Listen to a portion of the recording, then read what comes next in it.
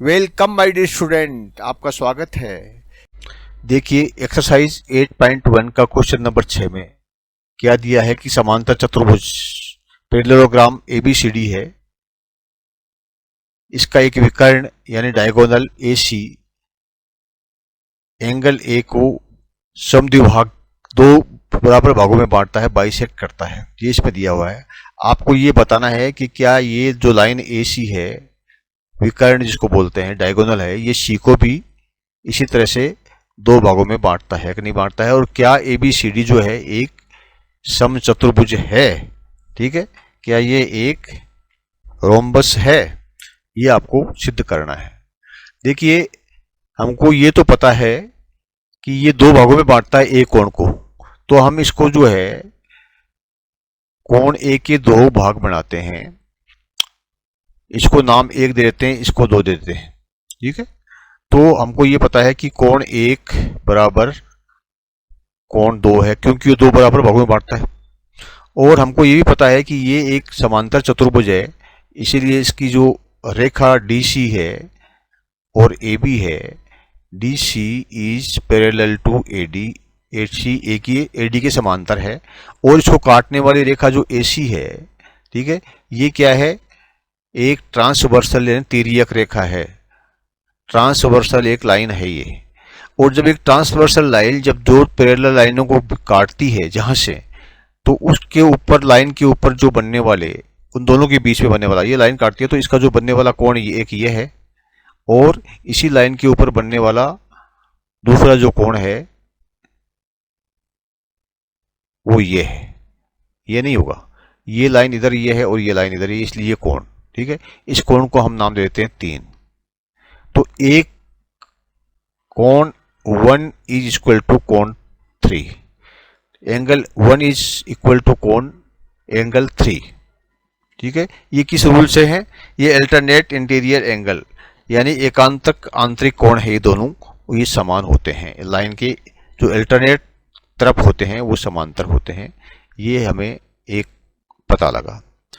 अब इसी लाइन को, इसी त्रिभुज को है हम जो है इसमें जैसे डी सी और ए भी समांतर था, उसी तरह से ये जो लाइन डी ए और सी बी, ठीक है, D A is parallel to C A, C B, D A is parallel to C B. और ये जो तिर्यक रेखा ए सी है, ये इनको बीच में से प्रतिच्छेद करती है। तो तिर्यक रेखा पर जो आने वाले कोण हैं, इस लाइन के बीच में कौन आएगा, ये कोण आएगा। ठीक है, एक तरफ तो आपका ये लाइन है और एक तरफ आपकी ये लाइन है, ये कोण आएगा इसका। और इसका अल्टरनेटिव कौन सा है, इसका अल्टरनेट है ये और ये, यानी जो कोण 2 है, ये कोण जो है 4 के बराबर हो गया। ये वाला 3 हो गया और इसको हम 1 दे रखा है।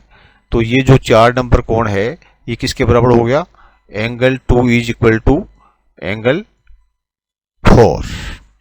अब देखिए हमें दिया हुआ है कि एंगल 1 जो है ये एंगल 2 के बराबर है, और एंगल 2 है, एंगल 1 है वो एंगल 3 के बराबर भी है। ठीक है, एंगल 3 के बराबर है, और एंगल 2 है वो 4 के बराबर। यानी सभी एंगल जो है ये समान है, यानी कि 3 और 4 एंगल जो है ये भी समान है।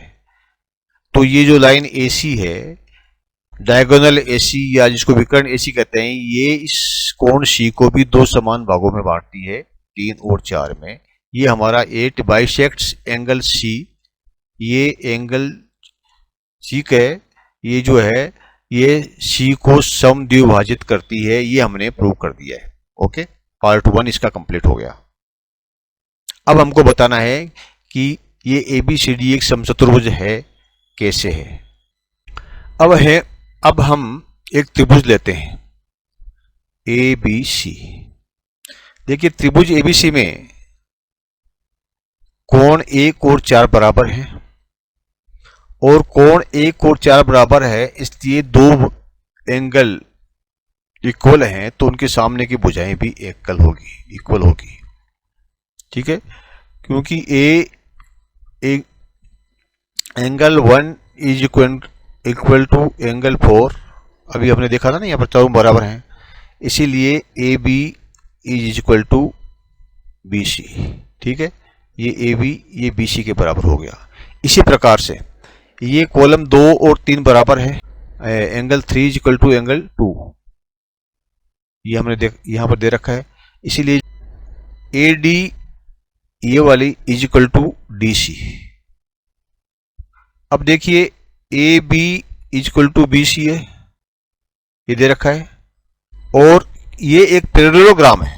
ठीक है, ये एक समचतुर्भुज है, तो समचतुर्भुज के जो सामने की जो भुजाएं होती हैं वो समान होती है, यानी D C is equal to A B.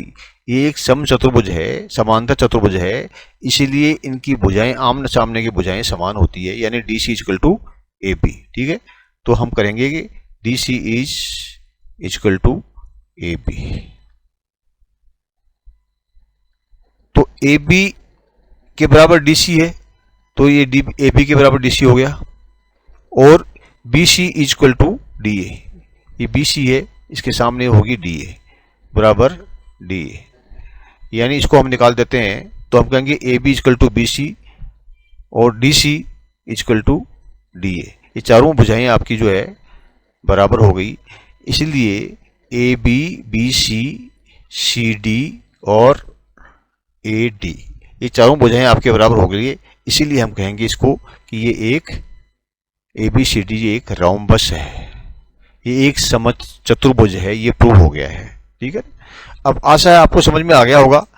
फिर भी आप इसका संपूर्ण हल देखने के लिए अगले पेज पे जाइए, इस पेज को पॉज कीजिए और इसको आसानी से पढ़िए। अगर आपको क्वेश्चन का आंसर कैसे लिखना है हिंदी और इंग्लिश में, आपको ये समझ में आएगा, और यही पूरा नहीं होता है, अगला एक पेज फिर आप इसको पॉज कीजिए और उसको पढ़ लीजिए, तो ये आपका जो है ए बी सी डी ये रोम्बस है, ये प्रूव हो जाता है, सिद्ध हो जाता है। फिर भी आपको कुछ डाउट हो तो आप कमेंट बॉक्स में लिखिए, हम आपके डाउट शंका का समाधान करेंगे। Thank you, my dear student. Please like and subscribe